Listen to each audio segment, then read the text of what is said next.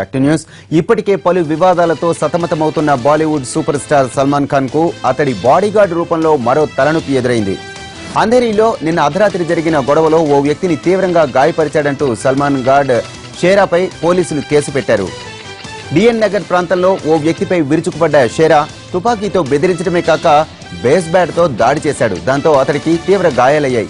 బాధితుడి ఫిర్యాదు మేరకు 326-506 కింద కేసు నమోదు చేసిన పోలీసులు పరారీలో ఉన్న షేరా కోసం గాలిస్తున్నారు. అయితే గొడవ ఎందుకు జరిగింది అన్న దానిపై ఖచ్చితమైన సమాచారం లేదు. షేరా దశాబ్దానికి పైగా సల్మాన్ బాడీగార్డ్ గా వ్యవహరిస్తున్నాడు. ఈ గొడవ జరిగిన సమయంలో షేరా ఒక్కడే ఉన్నాడని, అతడి వెంట సల్మాన్ రాలేదని తెలుస్తోంది.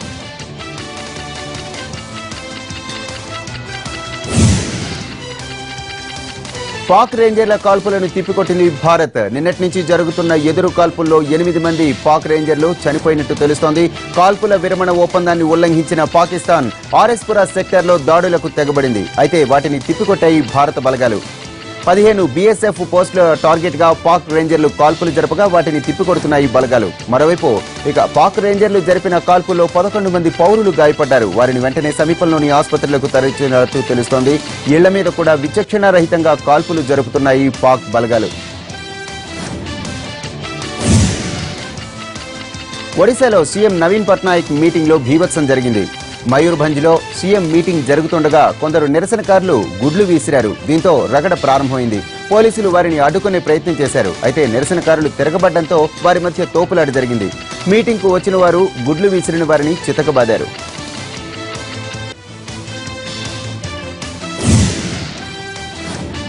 యూపీ సీఎం అఖిలేష్ యాదవ్ కొద్దిసేపటి క్రితం రాజ్భవన్ కు చేరుకున్నారు. ఇటీవల కేబినెట్ నుంచి తొలగించిన శివపాల్ యాదవ్ మరో 4 మంత్రులను మళ్లీ మంత్రివర్గంలోనికి తీసుకోవాలని ములాయం ఆదేశించడంతో వారికి సంబంధించిన లేఖను గవర్నర్ కు అందించినట్టు తెలుస్తోంది. త్వరలో వారు ప్రమాణ స్వీకారం చేస్తారని ప్రచారం జరుగుతోంది.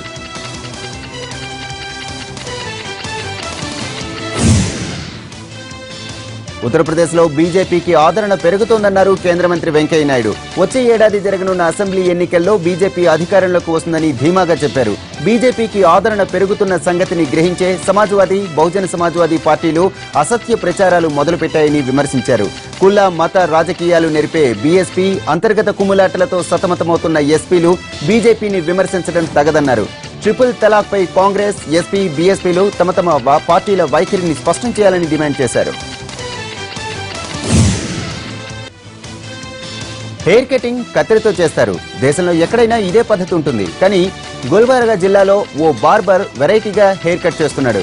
గుల్బర్గా జిల్లాలోని షాహాబాద్ లో రాజ్ మెన్స్ పార్లర్ నడుపుతున్న అతగాడు క్యాండిల్ కటింగ్ చేస్తున్నాడు. కొవ్వొత్తిని వెలిగించి టకటకమని జుట్టును తెగ నరుకుతున్నాడు. దువ్వెనతో తలదువ్వి కత్తెరతో కత్తిరించినట్లే అందంగా కేశాలంకరణ చేస్తున్నాడు.